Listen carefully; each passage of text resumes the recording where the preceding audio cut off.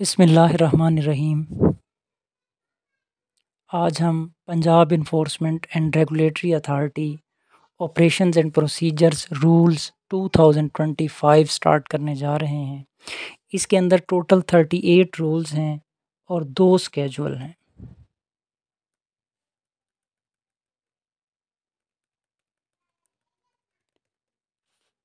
Fifth अगस्त 2025 को ये enforced हुआ है। ये पेरा जो है एक्ट हमने पढ़ा था 2024, उसके सेक्शन 78 के तहत जो होंगी ना इसकी पावर्स एक्सरसाइज होंगी। इसका पहला रूल है short title and commencement. Short title इसका वही है जो ऊपर दिया गया है, Punjab enforcement and regulatory authority operations and procedures rules 2025। और इसकी जो कमेंसमेंट है ये होगी they shall come into force at once. वही डेट होगी 5 अगस्त 2025। फ़ौरन जो है वो एट वंस जो है वो नाफिजुल अमल हो जाएगा। इसमें कुछ डेफिनेशंस हैं वो देख लेते हैं। डिपार्टमेंट जहाँ भी आएगा इस इन रूल्स के अंदर तो वो होगा administrative department of government of Punjab. जहाँ एविडेंस आएगा उससे मुराद कोई भी डॉक्यूमेंट्री एविडेंस है, डिजिटल एविडेंस है, उसमें वीडियो हो सकती है, वीडियो फुटेज हो सकती है, ऑडियो रिकॉर्डिंग हो सकती है, ईमेल हो सकती है, सोशल मीडिया कम्युनिकेशन हो सकती है, मेटा डाटा हो सकता है। डाटा को प्रूव करने के लिए जो हम और डाटा प्रोवाइड करते हैं। फॉर्म से मुराद ये है कि जो रूल्स के आखिर पर मुंसलिक किए गए हैं फॉर्म्स, रूल्स जो Punjab enforcement and regulatory authority rules 2025 हैं। स्केजुअल से मुराद जो है वो रूल्स के आखिर पे जो मुंसलिक किए गए हैं स्केजुअल। थर्ड है meeting of the board. Board जो है हर 3 महीनों के अंदर कम से कम एक मीटिंग बुलाएगा।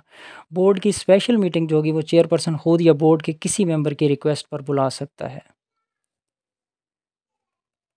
बोर्ड का जो सेक्रेटरी होगा वो मीटिंग नोटिस जारी करेगा मीटिंग से कम 3 दिन पहले। अगर कुछ स्पेशल मीटिंग है तो सूरत में नोटिस का पीरियड जो है वो चेयरपर्सन वो ड्यूरेशन कम भी कर सकता है। 3 दिन है वैसे, लेकिन वो 24 घंटों के अंदर भी वो कर सकता है या इससे भी कम जितना वो चाहे। बोर्ड या चेयरपर्सन किसी भी कमेटी या उसके मेंबर को मीटिंग के लिए बुला सकता है टू अटेंड द मीटिंग, लेकिन उस मेंबर के पास वोट डालने का हक नहीं होगा। चौथा रूल है territorial jurisdiction of the hearing officer. ये जो हियरिंग ऑफिसर होगा अपने दायरा अख्तियार में जो उसके इलाका आएगा उसी में वो फैसला कर सकता है। पांचवा है कंप्लेंट्स ऑफ पब्लिक न्यूसेंस। कोई भी चीज़ जो रुकावट डाल रही है पब्लिक के लिए, परेशानी का बायस बन रही है, तो उसकी कंप्लेंट जो है उस कंप्लेंट के अंदर क्या क्या अंदराज होगा, लोकेशन होगी, नेचर होगा, वो इलीगल एक्ट कैसे है वो होगा, वो इंजरी का उसमें ज़िक्र होगा, ऑब्स्ट्रक्शन का अंदराज होगा।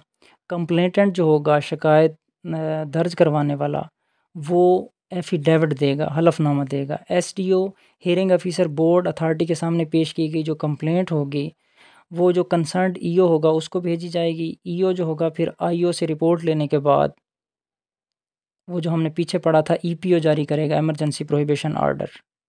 एसडीओ को मैटर भेजेगा फॉर फर्दर एक्शन। ईओ इसकी रोज़ाना जो कार्रवाई करेगा रोज़ाना एसडीओ को रिपोर्ट देगा। छठा रूल है complaints of movable encroachments. Movable encroachment की जो कंप्लेंट होगी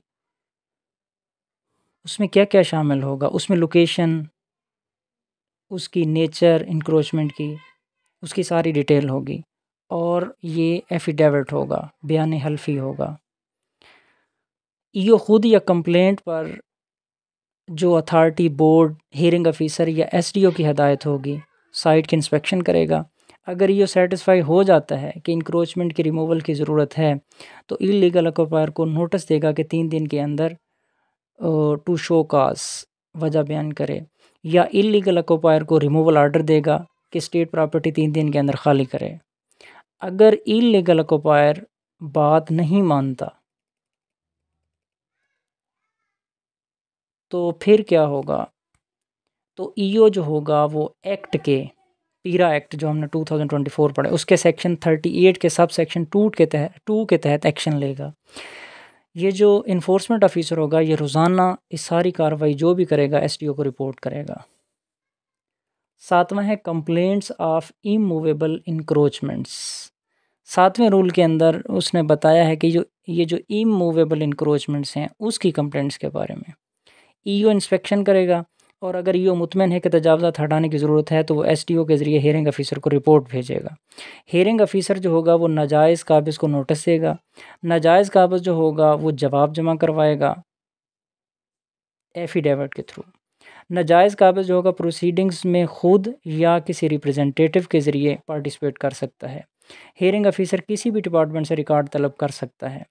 अगर वो सेटिस्फाइड है तो रिमूवल आर्डर जारी करेगा कि 15 दिन में तजावज़ात हटाएं। अगर नाजायज़ काबिज़ जो है वो बात नहीं मानता तो हेयरिंग ऑफिसर जो है एसडीओ को तजावज़ात हटाने का कहेगा।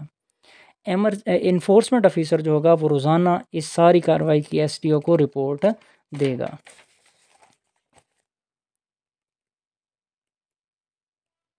नेक्स्ट रूल है 8 रिप्रेजेंटेशन। अगर कोई एतराज़ है, कोई गुजारिश है, कोई अर्ज़ है तो वो किस तरह की जाएगी हैंडल। वो रिप्रेजेंटेशन जो होगी उसमें वो ग्रीवेंस जो है उसको शामिल करेगा कि उसका तहफ़्फ़ुज़ क्या है, उसकी शिकायत क्या है।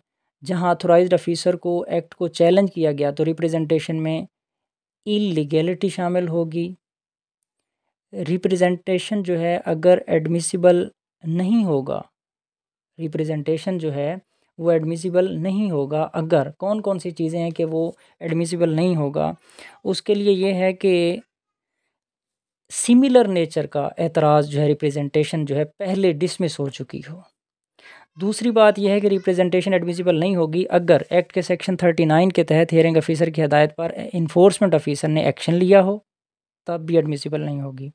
रिप्रेजेंटेशन एडमिसिबल नहीं होगी अगर तीसरी बात हेयरिंग ऑफिसर ने इमूवेबल इंक्रोचमेंट को हटाने के लिए रिमूवल आर्डर जारी किया हो और ऑफेंडर या एग्रीव्ड पर्सन जो था वो प्रोसीडिंग्स में ऑलरेडी पार्टी रह चुका हो। ये जो रिप्रेजेंटेशन होगी एतराज़ आएगा 30 दिन के अंदर एक्शन होने के बाद ऑफेंडर फाइल करेगा और हेयरिंग ऑफिसर जो है 60 डेज़ के अंदर अंदर इसका फैसला कर देगा।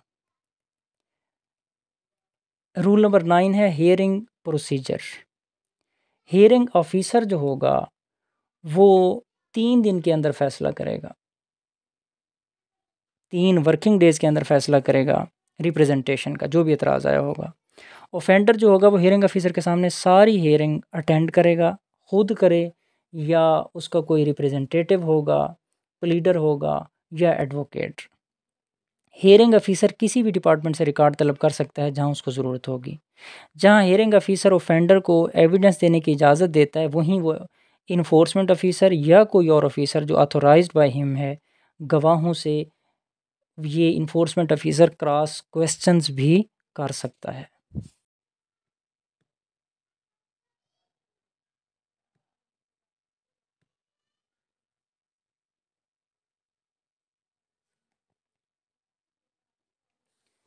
सेक्शन नंबर 9 कोई भी जो एविडेंस देगा वो ऑन ओथ लिया जाएगा।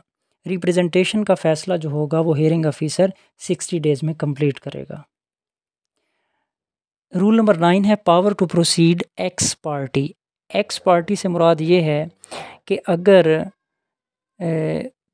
एक पार्टी तो लीगल प्रोसीडिंग्स में शामिल हो रही है लेकिन दूसरी पार्टी जो है ना वो अब्सेंट है, गैर हाज़िर है। Power to proceed ex parte, दूसरी पार्टी की गैर मौजूदगी में पावर टू प्रोसीड। अगर डेट फिक्स पर एक पार्टी हाज़िर नहीं होती तो हेयरिंग ऑफिसर जो है वो प्रोसीडिंग्स करेगा। अगर गैर हाज़िर पार्टी जो है वो अगली डेट फिक्स्ड पर अपीयर हो जाती है और अपनी गैर मौजूदगी की कोई सूटेबल रीज़न जो है वो बताती है तो हेयरिंग ऑफिसर जो होगा वो प्रोसीडिंग्स में शामिल होने की उसे इजाज़त दे सकता है। रूल नंबर 11 है power to dismiss matter for default. अगर कोई कंप्लेंटेंट जो है अपीयर नहीं होता डेट फिक्स पर तो हेयरिंग ऑफिसर क्या करेगा, वो मैटर डिसमिस कर सकता है सिवाय इसके कि कंप्लेंटेंट अथॉरिटी, बोर्ड या इन्फोर्समेंट स्टेशन के बिहाफ पर अपीयर होने वाला ऑफिसर जो है या एम्प्लॉय है तो हेयरिंग ऑफिसर जो है वो प्रोसीडिंग्स डिसमिस्ड फॉर डिफ़ॉल्ट को रीस्टोर नहीं करेगा। रूल नंबर 12 है इंटरम रिलीफ। हियरिंग ऑफिसर जो है वो ऑफेंडर को आर्जी रिलीफ दे सकता है। फॉर एग्ज़ाम्पल एक बंदा है, उसके वो जो कि उसने कोई रेडी लगाई हुई है अगर सड़क के ऊपर, उसके अलावा उसका कोई और काम नहीं है, तो उसको आर्जी रिलीफ जो है वो हियरिंग ऑफिसर दे सकता है। सिवाय इसके कि हियरिंग ऑफिसर फाइनल रिलीफ, मुस्तकिल रिलीफ नहीं देगा। मिसाल के तौर पर वो कहता है कि नहीं, मुझे जो है ना परमानेंट यहाँ खड़ा होने की इजाज़त दी जाए, या उसने एक थड़ा लगाया हुआ है, सीमेंट का बना हुआ है। आर्जी रिलीफ तो वो दे सकता है, उसे कह सकता है कि अगर आप कहीं और शिफ्ट करना चाहते हैं आपको 2 दिन 4 दिन दे सकते हैं। ये है इंटरम रिलीफ। फाइनल या मुस्तकिल रिलीफ जो है ना उसे नहीं दिया जाएगा, कि अगर वो कहे कि नहीं मैं मुस्तकिल यहाँ खड़ा होता हूँ। हियरिंग ऑफिसर जो है पहले वाली पोजीशन पर बहाल नहीं करेगा। आर्जी रिलीफ देते वक्त हियरिंग ऑफिसर जो है वो कंसीडर करेगा कि आर्जी रिलीफ क्यों देगा, उसकी वजूहात, वो उसे क्यों कंसीडर करेगा। इसलिए कि एप्लीकेंट की दी गई एविडेंस की बुनियाद पर पहली नज़र में, बादी नज़र में लग रहा है उसे कि वाकई जो है ना वो सीरियस केस है, उसकी मतलब रोज़ी रोटी का मसला है, अगर ये ख़त्म करते हैं तो उसका जो है ना नुकसान होगा। सेकंड है कि अगर आर्जी रिलीफ ना दिया गया तो नुकसान का अज़ाला नहीं हो सकता। तीसरा है कि मैटर ना अर्जेंट नेचर का है।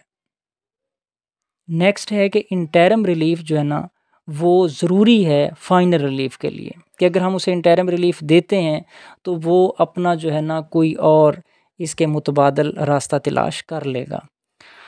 वो ऑर्डर जिसमें आर्जी रिलीफ दिया गया, एसडीओ को फ़ौरन जो है ना वो बताया जाएगा।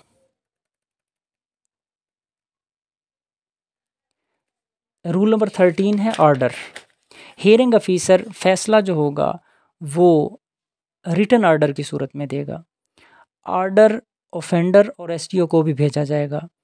अगर ईपीओ को, जो हमने पढ़ा था emergency prohibition order enforcement officer देता है, को एब्सोल्यूट ऑर्डर में कन्वर्ट करना है जो हियरिंग ऑफिसर करता है, तो हियरिंग ऑफिसर के एब्सोल्यूट ऑर्डर में क्या क्या होगा, डिटेल ऑफ पब्लिक न्यूसेंस, कि पब्लिक के लिए क्या परेशानी का बायस चीज़ बन रही है, उसकी detail, reason of passing an absolute order, के एब्सोल्यूट ऑर्डर क्यों पास किया गया, मुख्तस टाइम में न्यूसेंस हटाएं, स्पेसिफिक टाइम दिया गया होगा। अगर एब्सोल्यूट ऑर्डर ना माना गया तो पेनल्टी होगी। अगर ऑफेंडर ने हुक्म ना माना तो हियरिंग ऑफिसर जो होगा एसडीओ को इन्फोर्समेंट ऑफिसर के ज़रिए एब्सोल्यूट ऑर्डर को नाफिज करवाने का कहेगा, इन्फोर्स करवाने का कहेगा, जो एक्ट के सेक्शन 36 के सब सेक्शन 5 के तहत एब्सोल्यूट ऑर्डर इन्फोर्स करवाएगा। रूल नंबर 14 है presentation of digital evidence. Hearing officer, commissioner या कोई कोर्ट ऑफ लॉ के सामने पेश किया गया कोई भी डिजिटल एविडेंस जो होगा, उसके साथ चेन ऑफ कस्टडी डॉक्यूमेंट के वाकई उस बंदे की वो जगह है, और एसडीओ से जारी शुदा अथेंटिकेशन सर्टिफिकेट होगा।